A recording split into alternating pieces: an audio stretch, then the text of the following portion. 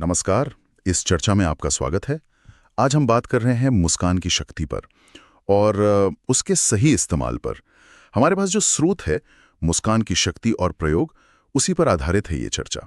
हम समझना चाहते हैं कि भाई अलग अलग मुस्कानें कैसे असर डालती हैं और उन्हें प्रभावी ढंग से कैसे इस्तेमाल करें। बिल्कुल। तो कहाँ से शुरू करें? स्रोत में शुरुआत होती है आम मुस्कानों से और उनकी तुलना की गई है सोची समझी बारीक मुस्कानों से। हाँ, वो उदाहरण दिया है ना कैटलॉग मॉडल्स का। हाँ। जिनकी वो प्लास्टिक जैसी मुस्कान होती है, हर तस्वीर में एक ही। बिल्कुल। और फिर हाई फैशन मॉडल्स की मुस्कानें, जिनमें शरारत या शायद कोई राज या सवाल जैसा कुछ झलकता है। सही कहा। एक एकदम खाली लगती है, दूसरी में वजन होता है, व्यक्तित्व दिखता है। और यहाँ दिलचस्प बात यह है कि स्रोत कहता है मुस्कान सिर्फ एक प्रतिक्रिया नहीं है, ये तो संवाद का धारणा बनाने का एक बहुत शक्तिशाली माध्यम है। और वो जो एक जैसी मुस्कान होती है ना, जो सबको मिले, वो अपनी खासियत खो देती है। उसमें कुछ पर्सनल नहीं लगता। बिल्कुल, जैसे वो कहानी थी जहाज की स्वागत पंक्ति वाले आदमी की। हाँ। शुरू में तो उसकी मुस्कान बड़ी अच्छी लगी होगी, चमकदार। लेकिन जब उसने हर एक को हर आने वाले को ठीक वैसी ही मुस्कान दी तो उसका असर, उसकी कीमत वो कम हो गई। अच्छा। वो एक स्ट्रोब लाइट जैसी लगने लगी, दोहराई जा रही है बार बार। और जिसे मिल रही है उसके लिए उसका कोई खास मतलब नहीं रह जाता। और यहीं से वो आइडिया आता है अनन्य मुस्कान का, एक्सक्लूसिव स्माइल। तो मुस्कान को एक टूल, एक औजार की तरह देखना चाहिए, जिसके लिए प्रैक्टिस चाहिए। स्रोत में तो यहाँ तक कहा है कि आईने के सामने अभ्यास करो। हाँ बिल्कुल। और वो हथियार वाली तुलना भी है कि जैसे हथियार चलाने से पहले उसके पुर्जे, उसका असर जानना जरूरी है, वैसे ही मुस्कान को भी उसे व्यक्ति और हालात के हिसाब से ढालना पड़ता है, तभी वो असरदार होती है। अच्छा, तो तकनीक 29 है अनन्य मुस्कान।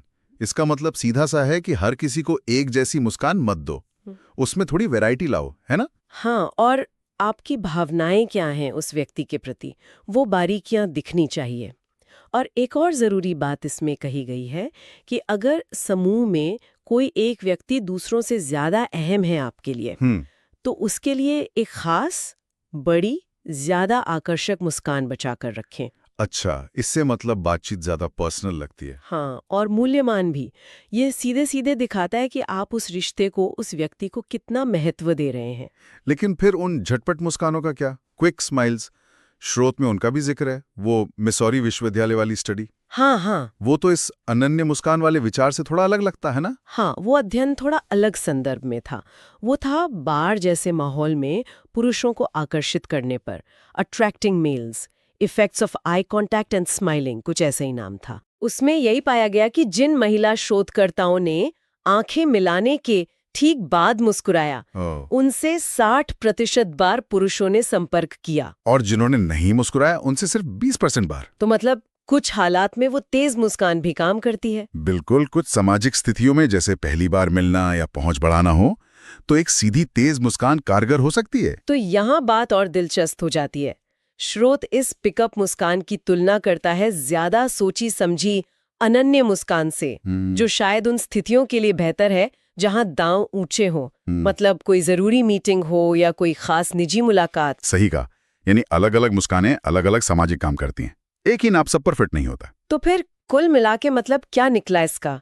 यही कि मुस्कान कोई सीधी साधी चीज नहीं है, उसका असर इस पर है कि वो कितनी सच्ची लगती है, किस संदर्भ में दी जा रही है और पाने वाले को कितनी खास महसूस हो रही है। नियत सबसे अहम लगती है। सोचते हैं उसे कितना गहरा असर डालते हैं। एक मामूली से लगने वाली मुस्कान में भी बहुत संवादात्मक वजन हो सकता है। कोई कैसे मुस्कुराता है, इस पर ध्यान देने से सामाजिक नतीजों में बड़ा फर्क आ सकता है। ये सिर्फ चेहरे का भाव नहीं है, एक सामाजिक सिग्नल है। सही है। और अब जाते जाते एक विचार छोड़ जाते हैं सोचने के लिए। अगर एक सोची समझी मुस्कान इतनी शक्तिशाली है, तो रोजमर्रा की बातचीत में, सिर्फ नए लोगों से मिलने से हटकर अपने मौजूदा रिश्तों में या काम की जगहों पर इस संकेत को जानबूझकर इस्तेमाल करना, क्या ये उन रिश्तों की गतिशीलता को बदल सकता है? क्या हम अपनी मुस्कान को और ज्यादा मायने दे सकते हैं?